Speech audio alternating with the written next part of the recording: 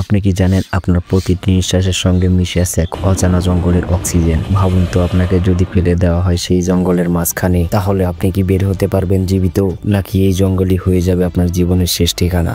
এটি পৃথিবীর ফুসফুস অ্যামাজন রেইন ফরেস্ট। নীরবতা, অন্ধকার, ভেতরের পানিরা আপনার কল্পনার চেয়ে অনেক বাইরে। অ্যামাজন জঙ্গলে বাস করা ছোট্ট একটি পিঁপড়াও আপনার জীবন নেওয়ার জন্য যথেষ্ট। আর এই সময়ের মধ্যে আপনাকে লড়াই করে বেঁচে থাকতে হবে লক্ষ লক্ষ প্রজাতির হিংস্র প্রাণী, বিষাক্ত গাছ আর পোকামাকড়। তারা সবাই আপনাকে আক্রমণ করার জন্য প্রস্তুত। বিজ্ঞানীদের মতে এই জঙ্গলের জীববৈচিত্র্য মাত্র 10% আমরা এখন পর্যন্ত আবিষ্কার করতে পেরেছি। বাকি 90% আমাদের জ্ঞানের সীমার বাইরে।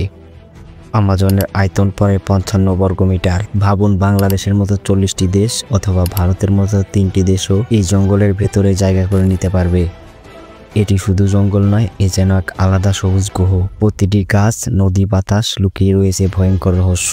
এখানকার নিরাপত্তা নিঃশব্দ নয়, এটা এমন নিরাপত্তা যেখানে মৃত্যু প্রতিনিয়ত চোখের সামনে অপেক্ষা করে। আমাজনের সবচেয়ে ভয়ঙ্কর বাসিন্দাদের মধ্যে প্রথম অ্যানাকোন্ডা।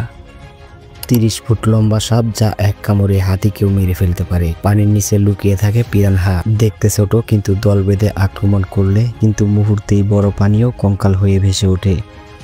ইলেকট্রিক ইল 800 ভোল্টের বৈদ্যুতিক স্বর দিয়ে শিকারিও হা করে স্তব্ধ হয়ে যায়। জঙ্গলের ছায়ে হেঁটে আসে জাগুয়ার, চুপচাপ নিখুঁত শিকারী। দৃশ্যমান না হলেও তার উপস্থিতি শিকারীদের জন্য মৃত্যুর আশঙ্কা। আর ছোট প্রাণীরাও ভয়ঙ্কর। এক ফোঁটা পয়জন ড্রাগ ফ্রুট চুলেই কয়েক সেকেন্ডের মধ্যে শ্বাস বন্ধ করে দিতে পারে। বুলেট অ্যান্ড পোকা মানুষের শরীরকে আগুনের মতো পোড়ানোর যন্ত্রণা দেয়। আমাজন শুধু প্রাকৃতিক সৌন্দর্য নয়, এটি জীবন্ত মৃত্যুফাঁদ।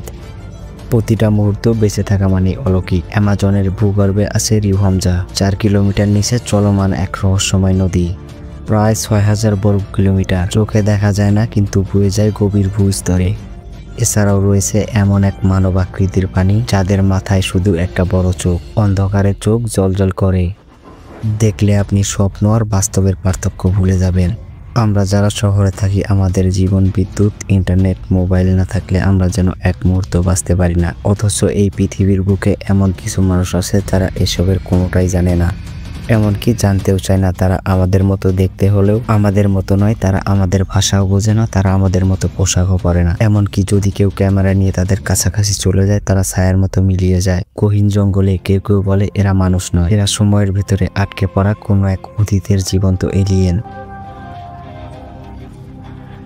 আপনি যদি ভুল করে তাদের এলাকায় ঢুকে পড়েন, সেটাই হতে পারে আপনার জীবনের শেষ যাত্রা। তারা তীর ধনুক নিয়ে চলে, গাছের বাকল আর পশুর চামড়া দিয়ে পোশাক বানিয়ে পরে। আর বনে জন্মানো প্রতিটি গাছকে তারা খুব কাছ থেকে চেনে। তারা এই জঙ্গলের জীবন্ত মানচিত্র। তাদের মস্তিষ্কে আঁকা আছে এমন সব পথ যা কোনো স্যাটেলাইট আজ পর্যন্ত আবিষ্কার করতে পারেনি। এই মানুষগুলোর কোনো পাসপোর্ট নেই, কোনো জাতীয়তা নেই, কিন্তু তারা পৃথিবীর সবচেয়ে প্রাচীন কাহিনীর জীবন্ত সাক্ষী। বিজ্ঞানীরা বলেন এরা যেন জীবন্ত এক টাইম ক্যাপসুল, একদম এমন সময় যেন প্রাচীন সভ্যতা আজও বেঁচে আছে, এক নির্জন জগতে লুকানো।